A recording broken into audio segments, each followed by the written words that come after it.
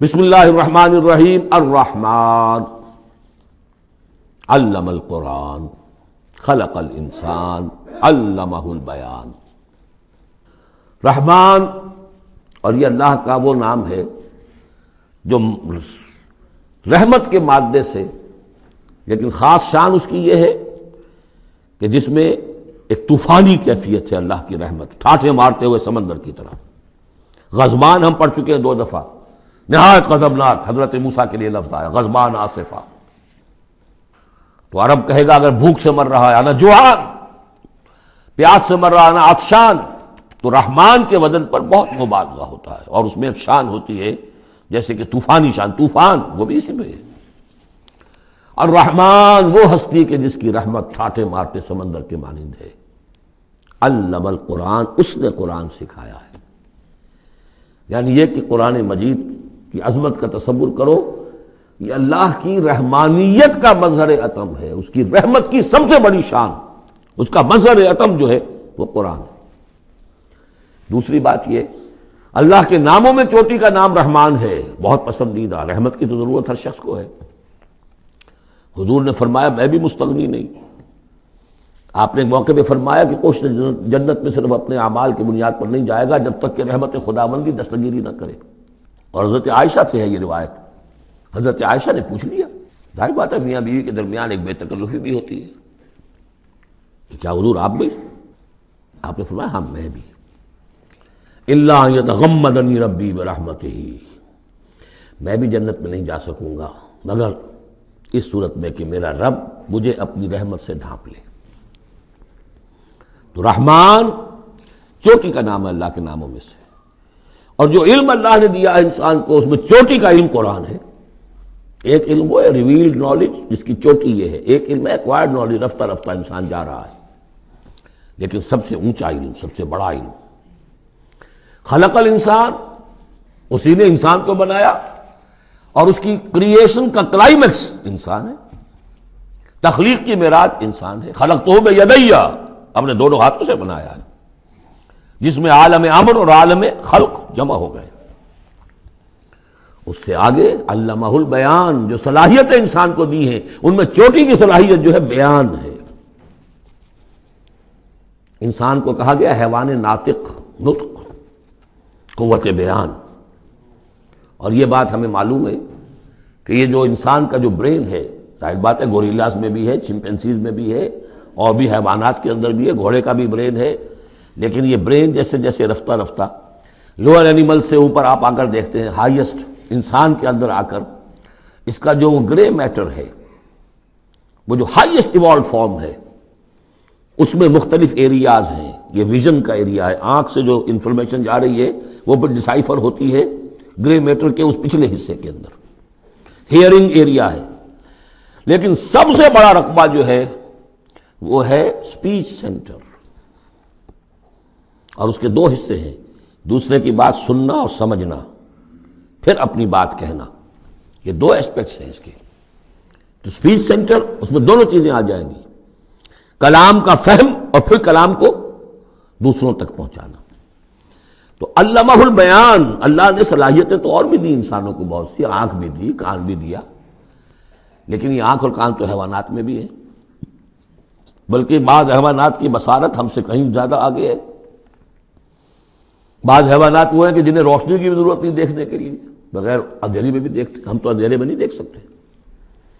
اس طرح کان، گھوڑے کا کان جو ہے اس کے کان کھڑے ہو جاتے ہیں اینٹنا کی طرح سے، اگر کہیں سے آہٹ ہو، جب یہ آپ کے گھوڑ سوار نے کچھ نہیں دیکھا، کھلا سنا ہے، لیکن ذرا سی آہٹ کہیں کی گھوڑے نے سن لی۔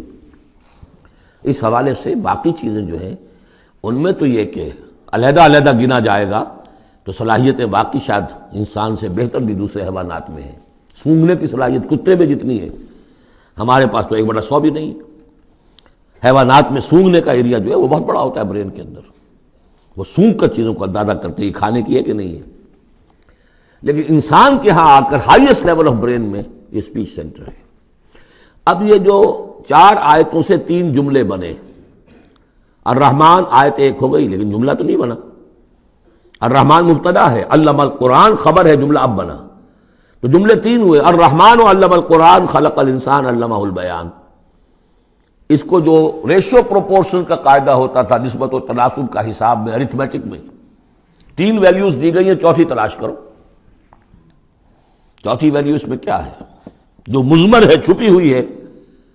انسان کو جو بہترین صلاحیت اللہ نے دی ہے قوت بیان، اس کا مصرف بھی ہونا چاہیے بہترین۔ اس کا بہترین مصرف یہ ہے کہ قرآن سمجھو اور سمجھاؤ، قرآن پڑھو اور پڑھاؤ۔ جیسے کہاوت ہے کہ توپ اس لیے نہیں بنتی کہ اس سے مکھیاں ماری جائیں، اسی طرح اتنی بڑی صلاحیت جو تمہیں اللہ نے دی ہے، اسی صلاحیت کو وکلاء استعمال کرتے ہو، جو اچھا آرگو کر سکے اس کی فیس بڑھتی چلی جاتی۔ ڈیماگوگ کوئی لیڈر ہے، بڑی اچھی تقریر کر سکتا ہے، وہ مرنے مارنے پر جو ہے مجمع کو آمادہ کر دے گا، لوگوں کو آمادہ کر دے گا، وہ اپنی گردنیں کٹوا دیں گے، لیڈر بن جائے گا۔ تو یہ صلاحیت جو ہے اس لیے نہیں ہے کہ تو دنیا میں لیڈریاں اپنی بناؤ اس کے ذریعے سے، اس کا مصرف کیا ہے؟ قرآن سمجھو اور سمجھاؤ۔ یہ ہے بیان، اللہ کا بیان۔ اس بیان کو سمجھنا، پہلے تو اسپیچ سینٹر کا وہ حصہ جو ہے اس کو سمجھے، اور پھر اسپیچ سینٹر کا جو دوسرا جو حصہ ہے وہ اس کو بیان کرے۔ چنانچہ اس کو کھول کر بیان کر دیا محمد رسول اللہ صلی اللہ علیہ وسلم نے۔ حدیث ہے آپ کی جس کے راوی ہیں عثمان ابن عفان۔ دیکھیے نام کے اندر بھی وہ قافیہ مل رہا ہے، الرحمن علم القرآن خلق الانسان علمہ البیان عن عثمان ابن عفان۔ اب عفان کے بیٹے عثمان نے روایت کیا، حضور نے فرمایا خیرکم من تعلم القرآن وعلمہ، اور خیر یہاں پر سپرلیٹو کے سنس میں آ رہا ہے، تم میں بہترین لوگ وہ ہیں جو قرآن سیکھیں اور سکھائیں۔ اب سورہ قمر کے فوراً بعد یہ وَلَقَدْ يَسَّرْنَا الْقُرْآنَ لِلذِّكْرِ فَهَلْ مِن مُدَّكِرٍ الرحمن علم القرآن خلق الانسان علمہ البیان الشمس والقمر بحسبان۔ یہ سورج اور چاند سب ایک حساب کے ساتھ ہیں، ان کی گردش حساب کے ساتھ ہے، اسی حساب سے دن بن رہے ہیں، راتیں بن رہی ہیں، ہفتے اور سال اور مہینے بن رہے ہیں۔ والنجم والشجر یسجدان، نجم جو ہے تو ستارے، سورج اور چاند کے مناسبت سے تو اس کے لیے ستارے کی مفہوم ہے، لیکن نجم جو عربی زبان میں جھاڑیوں کو بھی کہتے ہیں جو زمین میں ہوتی ہیں، کیونکہ یہ ستارے بھی زمین میں اتنے نظر آتے ہیں جیسے کہ جھاڑیاں ہوں۔ والنجم والشجر یسجدان، شجر کے حوالے سے ترجمہ کرتے ہیں تو وہ جھاڑیاں، یہ بھی سجدہ کرتے ہیں، اللہ کے سامنے سربسجود ہوتے ہیں، ان کے سائے، جیسا کہ کئی دفعہ آ چکا ہے۔ والسماء رفعها ووضع الميزان، اور آسمان کو اس نے بلند کیا اور اس میں رکھے ترازو۔ یہاں اس سے مراد وہ ترازو نہیں ہے جو کہ تولتی ہے دنیا کے اندر، اس میں بیلنس ہے، کاسمک بیلنس۔ آسمان اور زمین کے اندر، آسمان میں جتنے اجرام سماویہ ہیں، ان کو جو چیز تھامے ہوئے ہے، قائم رکھے ہوئے ہے، وہ ایک بیلنس ہے۔ جو کشش ثقل ہے، ان کی مختلف، یہ سب ایک دوسرے کو کھینچ رہے ہیں، اور ادھر ادھر سے دونوں طرف سے جو کھینچ ہے وہ ہر کرے کو اپنی جگہ پر رکھے ہوئے ہیں۔ یہ بیلنس جب ذرا سا گڑبڑ ہوگا اور یہ کرے آپس میں ٹکرا جائیں گے، فاصلے ہی کہیں تو ہوتا ہے conversely proportional to the distance, لہذا وہ جو گریویٹیشنل فورس ہے، اگر ایک طرف سے ذرا فاصلہ کم ہو گیا، اس کا مطلب دوسری طرف بڑھ گیا، تلپٹ ہو جائے گا۔ تو یہ کاسمک بیلنس ہے۔ وَالسَّمَاءَ رَفَعَهَا وَوَضَعَ الْمِيزَانَ أَلَّا تَطْغَوْا فِي الْمِيزَانِ، دیکھو اس میزان میں، اس توازن میں، یہ جو بیلنس ہے یہاں کا، اس میں کوئی کمی بیشی نہ کرو، بد زیادتی کرو۔ وَأَقِيمُوا الْوَزْنَ بِالْقِسْطِ وَلَا تُخْسِرُوا الْمِيزَانَ، اور قائم رکھو وزن کو قسط کے ساتھ، عدل کے ساتھ، اور اس کے اندر کہیں کوئی کمی نہ کرو، نہ تطغوا نہ تخسروا، نہ کمی نہ زیادتی۔ کہیں فاصلہ بڑھ جائے گا تب بھی خرابی، کہیں فاصلہ کم ہو جائے گا تب بھی خرابی۔ وَالْأَرْضَ وَضَعَهَا لِلْأَنَامِ، الفاظ کی مناسبت سے بعض لوگوں نے سمجھا کہ ترازو ہی مراد ہے، تو ٹھیک ہے، اس میں کوئی حرج نہیں ہے اگر مراد لی جائے، لیکن ترتیب دیکھیے جس طرح یہ آ رہا ہے، الشمس والقمر بحسبان۔ اب اس کے حوالے سے یہ گویا کہ کاسموس کی بات ہو رہی ہے، اس کاسموس کی بات کے بعد نیچے اتر کے وَالْأَرْضَ وَضَعَهَا لِلْأَنَامِ، تدریجاً نیچے آ رہے ہیں، اور زمین کو ہم نے بنا دیا، رکھ دیا لوگوں کے لیے، پست کر دیا، ان کے قدموں میں بچھا دیا اپنی مخلوقات کے لیے۔ اور مخلوقات میں انسان بھی ہیں، جنات بھی ہیں۔ فیہا فاکہۃ، اس میں میوے ہیں، والنخل، اور کھجوریں ہیں، ذات الاکمام، جن پر کے غلاف چڑھے ہوتے ہیں، والحب ذو العصف، اور اناج ہے جس کے ساتھ بس بھی ہوتا ہے، والریحان، اس کے دو ترجمے ہیں، ایک تو یہ کہ اور خوشبودار پھول بھی ہیں، یا یہ کہ اور دوسری غذائیں بھی ہیں۔ فَبِأَيِّ آلَاءِ رَبِّكُمَا تُكَذِّبَانِ، عام طور پر جو ترجمہ ہے اس میں اعلیٰ کا ترجمہ کیا گیا ہے نعمتیں، لیکن اصل میں یہاں نعمت، قدرت، ان دونوں کو جمع کیجیے۔ کہیں وہ نعمت کا تذکرہ ہے، کہیں اللہ کی قدرت کا ذکر ہے، اس کی قدرت کی نشانیاں ہیں۔ فَبِأَيِّ آلَاءِ رَبِّكُمَا تُكَذِّبَانِ، تو تم اپنے رب کی کون کون سی نعمتوں اور قدرتوں کا انکار کرو گے۔ تکذبان صیغہ ہے تثنیہ کا، دونوں سے خطاب ہو رہا ہے، انسانوں سے اور جنوں سے، اور یہ بات آگے چل کر واضح ہو جائے گی۔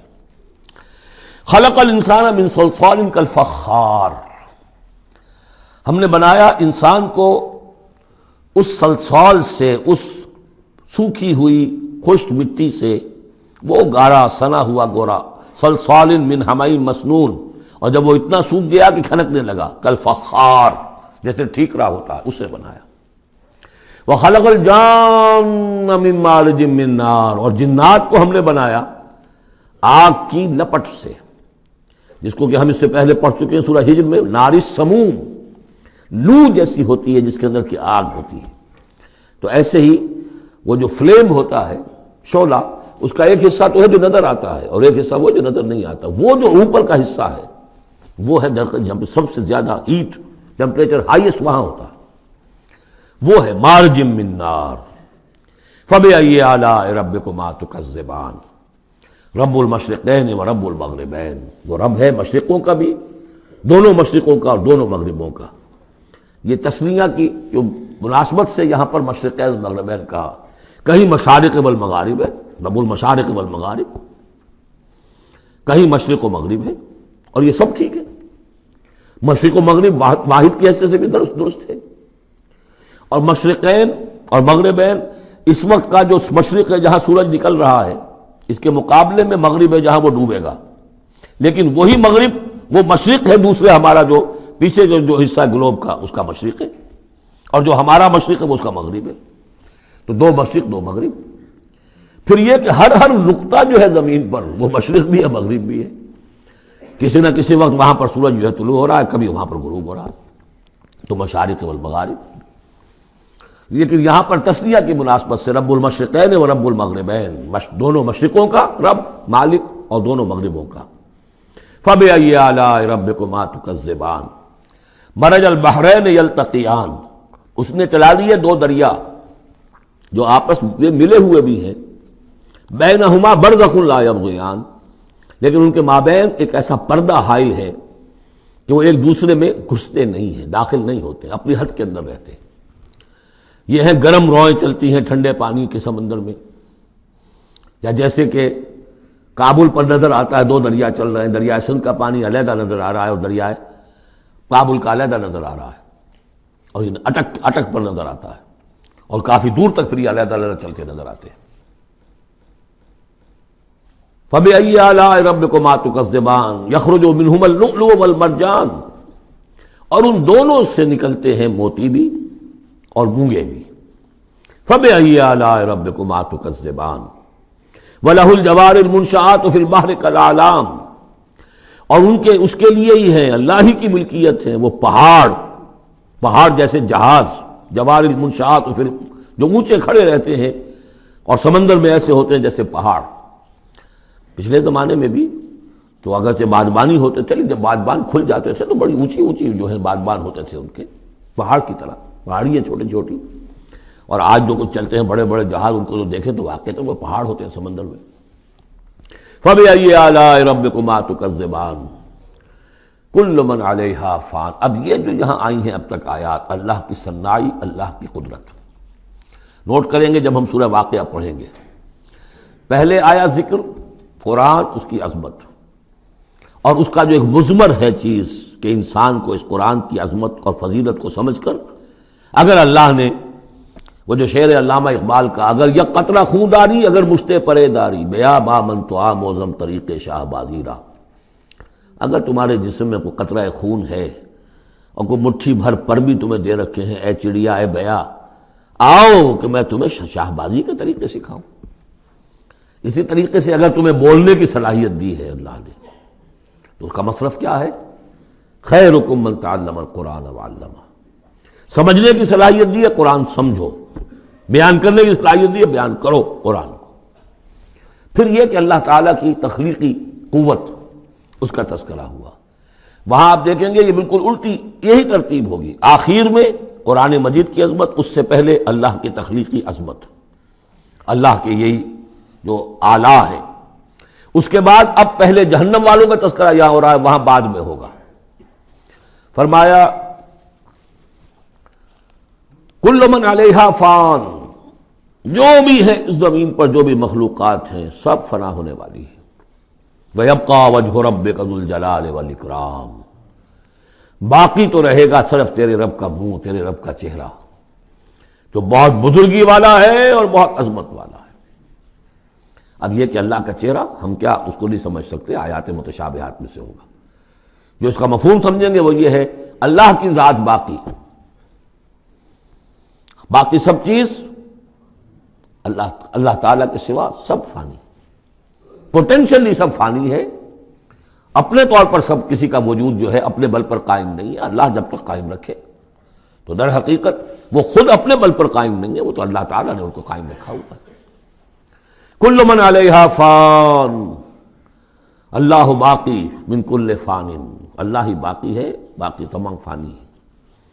وَيَبْقَى وَجْهُ رَبِّكَ ذُو الْجَلَالِ وَالْإِكْرَامِ فَبِأَيِّ آلَاءِ رَبِّكُمَا تُكَذِّبَانِ يَسْأَلُهُ مَنْ فِي السَّمَاوَاتِ وَالْأَرْضِ، جو بھی ہے آسمان اور زمین میں وہ سب اس کے در کے سوالی ہیں، اسی سے مانگ رہے ہیں۔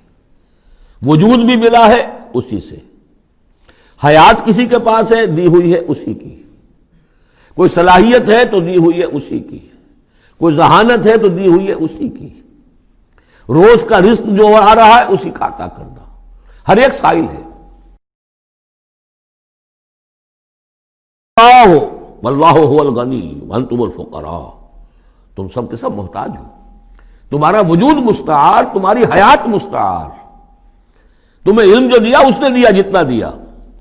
فلا یحیطون بشیء من علمہ الا بما شاء، تو تمہاری کیفیت یہ ہے۔ یسألہ من فی السماوات والارض، اسی سے مانگتا ہے جو بھی ہے آسمانوں میں اور زمین میں۔ کل یوم ہوا فی شان، وہ ہر دن ایک شغل میں ہے، اس کی ایک مصروفیت ہے۔ یا میرے نزدیک اشارہ ہے اسی بات کی طرف، یدبر الامر من السماء الی الارض ثم یعرج الیہ فی یوم کان مقدارہ الف سنۃ مما تعدون۔ تدبیر امر ہے، ایک دن کی تدبیر وہ کرتا ہے، کیا کچھ اگرچہ وہ ایک دن اس کا 1000 سال کا ہے، اس میں کیا کیا ہونا ہے، کس طرح سے ہونا ہے، پھر وہ احکام کی تنفیذ ہوتی ہے، پھر اس کی رپورٹ ہے، اس کو واپس جاتی ہے۔ تو کل یوم ہوا فی شان، وہ کوئی ایک یوں سمجھیے کہ کوئی اسٹیٹک کوئی حقیقت نہیں ہے، خود اس کی مصروفیات کل یوم ہوا فی شان، نئی شان کے ساتھ اس کا ظہور ہوتا ہے۔ کل یوم ہوا فی شان فبأی آلاء ربکما تکذبان سنفرغ لکم ایھا الثقلان۔ اب یہاں پر کھل کر بات کی کہ یہ تکذبان کیوں کہا جا رہا ہے۔ ہم جلد ہی فارغ ہو جائیں گے تمہارے لیے، اے دو بھاری قافلوں، اے انسانوں کا قافلہ اور اے جنات کے قافلے۔ ابھی جو ہے اس کائنات کو ہم نے چلایا ہوا ہے، ابھی مہلتیں ہم نے دے رکھی ہیں، وقت مقرر کیا ہوا ہے، اجل مسمى ہے اس کائنات کی بھی اور ہر قوم کی بھی۔ لکل امت اجل، ہر امت کے لیے بھی ایک اجل ہے، ہر ایک فرد کی اجل ہے، وہ سب ہے، لیکن عنقریب ہم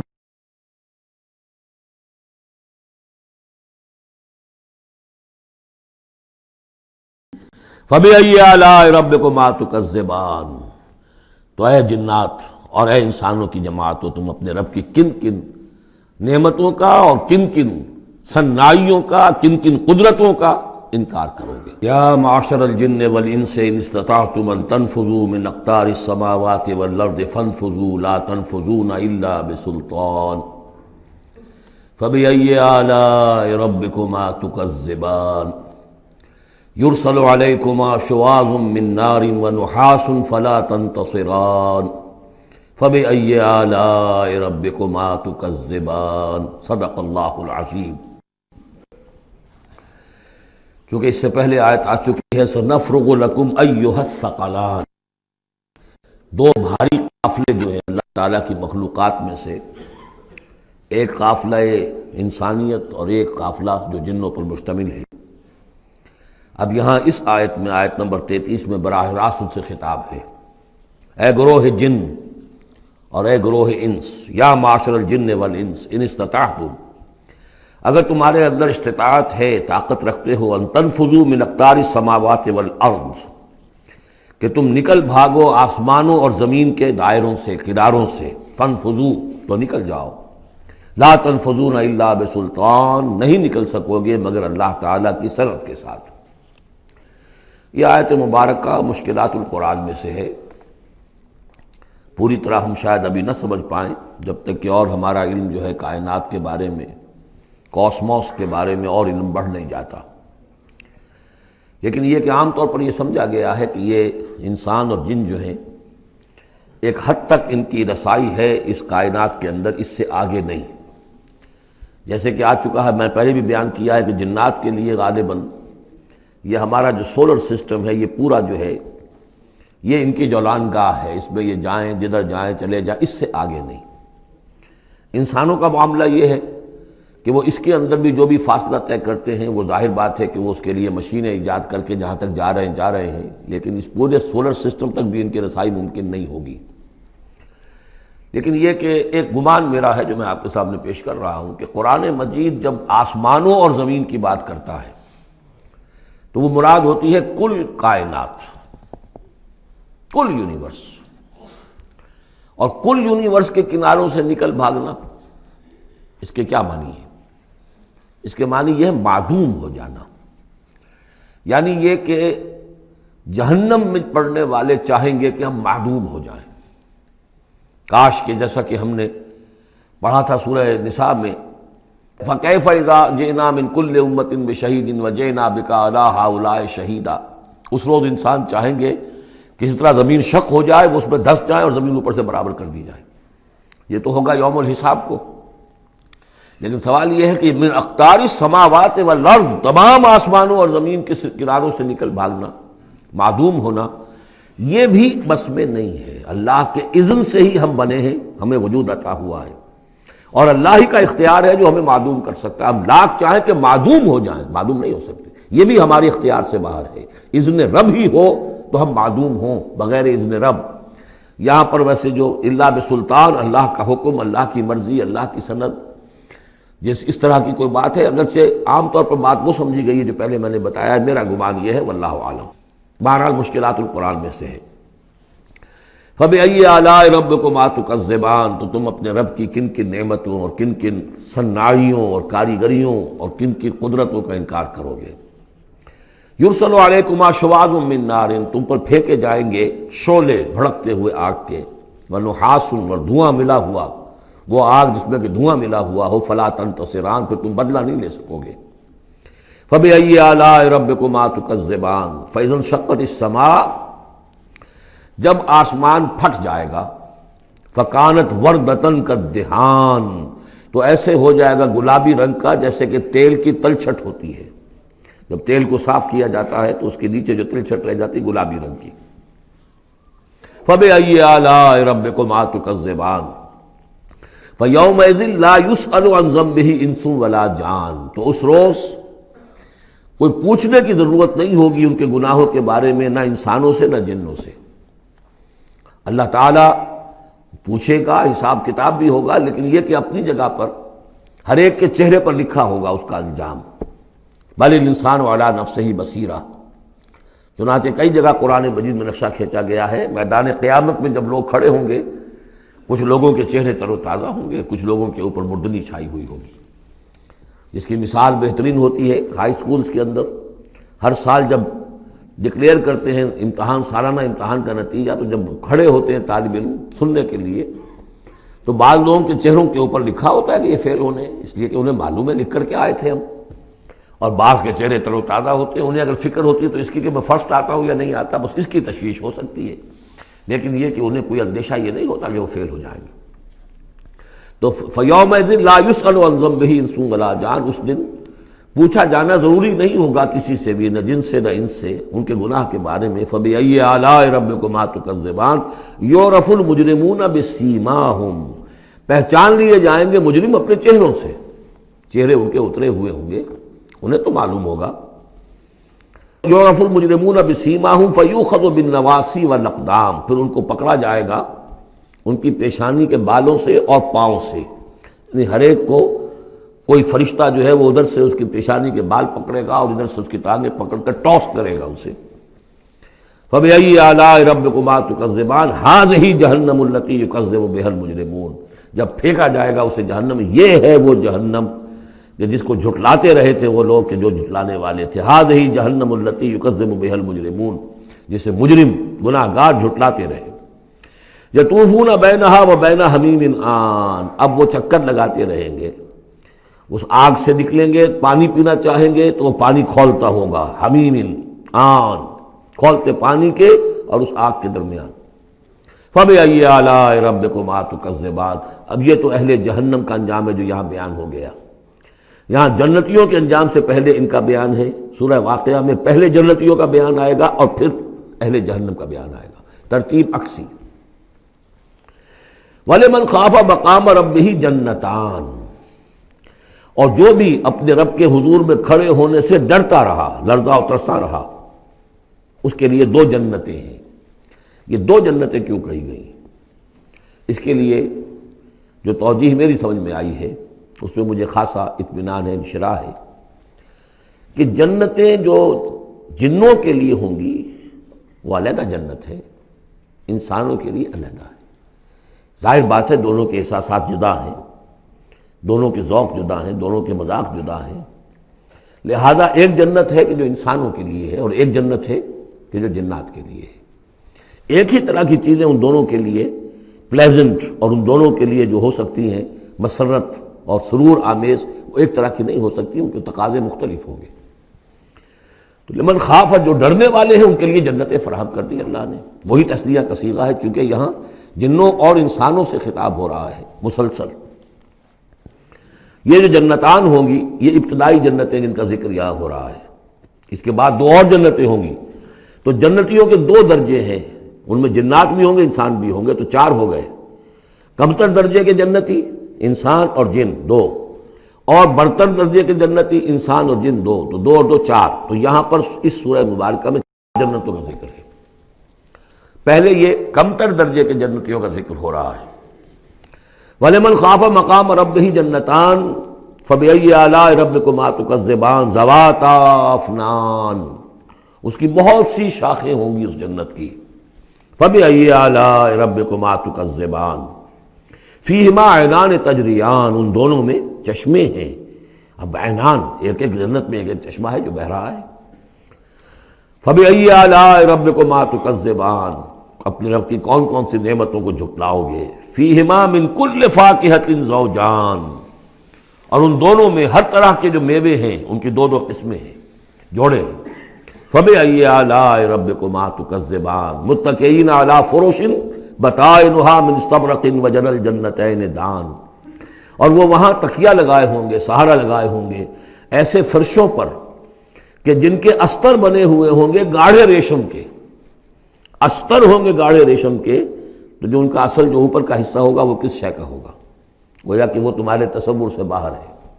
وَجَنَى الْجَنَّتَيْنِ دَانٍ، اور دونوں جو باغ ہیں دونوں جنتوں کے، ان کے جو پھل ہیں میوے وہ جھک رہے ہوں گے، نیچے کو ہوں گے، تاکہ آرام سے جنتی جو ہے جو چاہے حاصل کر لے۔ فَبِأَيِّ آلَاءِ رَبِّكُمَا تُكَذِّبَانِ فِيهِنَّ قَاصِرَاتُ الطَّرْفِ، ان جنتوں میں ہوں گی وہ عورتیں کہ جن کے نگاہیں نیچے جھکی ہوئی ہوں گی۔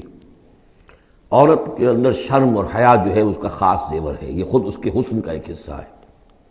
تو نگاہوں کا نیچا ہونا یہ اصل میں حیا اور شرم کی علامت ہے، نیچے نگاہ والیاں۔ لم یطمثن انس قبلہم ولا جان، ان کو چھوا نہیں ہوگا اس سے پہلے نہ کسی انسان نے نہ جن نے، ان سے پہلے۔ یعنی ظاہر بات ہے کہ جو جنوں کی جنت ہے اس میں ان کی مناسبت سے ان کے لیے بیویاں ہوں گی، اور جو مردوں کی انسانوں کی جنت ہے ان کے لیے ان کی مناسبت سے ہوں گی، اور وہ جو ہوں گی جو جنت جو جنات کی ہے ان میں جو بھی ان کے لیے ہوں گی ان کی بیویاں انہیں بھی کسی جن نے پہلے چھوا نہیں ہوگا، اور اسی طرح انسانوں کے لیے جو جنت ہوگی اس میں جو ان کو بیویاں دی جائیں گی ان کو کسی انسان نے پہلے نہیں چھوا ہوگا۔ فَبِأَيِّ آلَاءِ رَبِّكُمَا تُكَذِّبَانِ كَأَنَّهُنَّ الْيَاقُوتُ وَالْمَرْجَانُ، وہ جو ہوں گی بیویاں دی جائیں گی ان جنتوں میں وہ ایسے ہوں گی جیسے لال اور مونگے۔ فَبِأَيِّ آلَاءِ رَبِّكُمَا تُكَذِّبَانِ هَلْ جَزَاءُ الْإِحْسَانِ إِلَّا الْإِحْسَانُ، کیا احسان کا، بھلائی کا، نیکی کا بدلہ احسان اور بھلائی کے سوا بھی کچھ ہو سکتا ہے؟ ان لوگوں نے اللہ کے لیے، اللہ کے دین کے لیے، اللہ کے احکام کی پابندی میں جو کچھ بھی انہوں نے محنتیں کی، کوششیں کی، اب ظاہر بات ہے کہ اللہ تعالیٰ کو اس کا بدلہ انہیں دینا ہے انہی صورتوں میں۔ وَمِن دُونِهِمَا جَنَّتَانِ، اور ان سے پرے دو جنتیں اور ہیں۔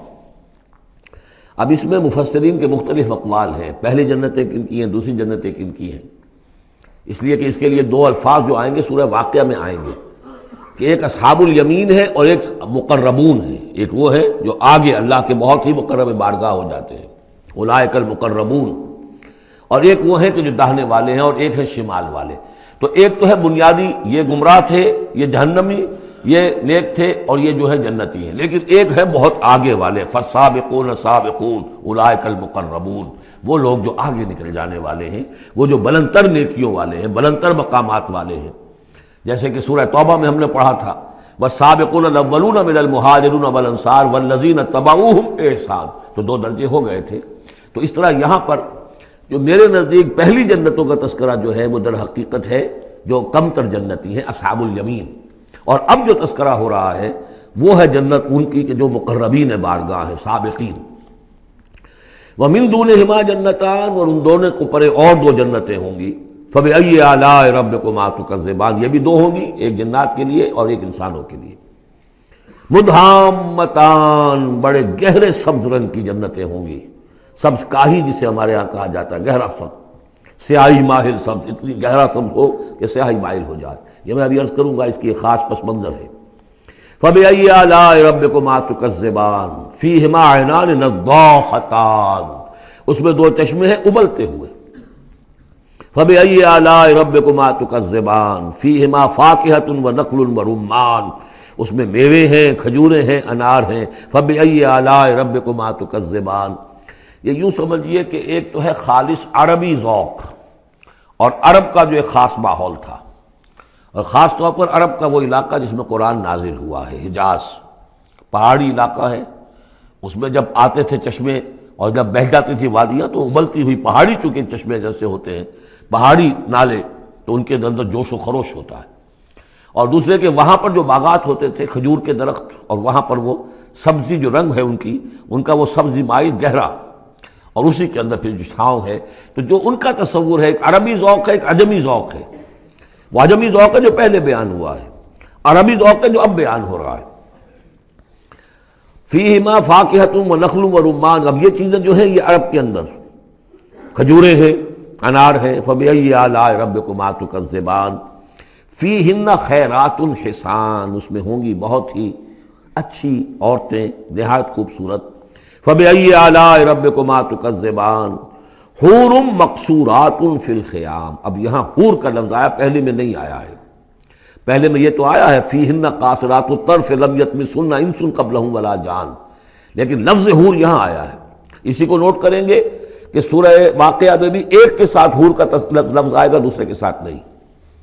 حور مقصورات فی الخیام، اب یہ بھی عرب پس منظر ہے، خیموں میں رہنے والے۔ وہ حوریں کہ جو خیموں میں رکی رہنے والی ہوں گی۔ ظاہر بات ہے کہ وہاں پر تو عام طور پر شہر بہت کم تھے، پورے عرب کے اندر، حجاز کے اندر بہت کم، جو عام طور پر جو آبادیاں تھیں وہ خیموں میں رکی رہنے والیاں۔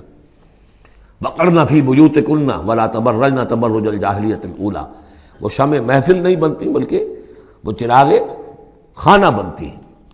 حور مقصورات فی الخیام فبأي آلاء ربکما تکذبان لم یطمثن انس قبلہم ولا جان، نہیں انہیں چھوا ہوگا ان سے پہلے نہ کسی انسان نے اور نہ کسی جن نے۔ یہ ان دونوں کے میرے نزدیک علیحدہ علیحدہ، جنات کی جو جنت ہے اس میں جو ان کے لیے عورتیں اور بیویاں فراہم کی جائیں گی انہیں کسی جن نے نہیں چھوا ہوگا ان سے پہلے، اور جو انسانوں کے لیے جنت ہوگی وہاں جو انہیں بیویاں دی جائیں گی اور حوریں دی جائیں گی انہیں کسی انسان نے نہیں چھوا ہوگا۔ فَبِأَيِّ آلَاءِ رَبِّكُمَا تُكَذِّبَانِ مُتَّكِئِينَ عَلَىٰ رَفْرَفٍ خُضْرٍ وَعَبْقَرِيٍّ حِسَانٍ، وہ تکیہ لگائے بیٹھے ہوئے ہوں گے سبز مسندوں پر اور بڑے قیمتی نفیس بچھونوں پر۔ فَبِأَيِّ آلَاءِ رَبِّكُمَا تُكَذِّبَانِ تَبَارَكَ اسْمُ رَبِّكَ ذِي الْجَلَالِ وَالْإِكْرَامِ، بہت بابرکت ہے نام تیرے رب کا جو بہت ذی الجلال بڑائی والا ہے اور اکرام عظمت والا ہے۔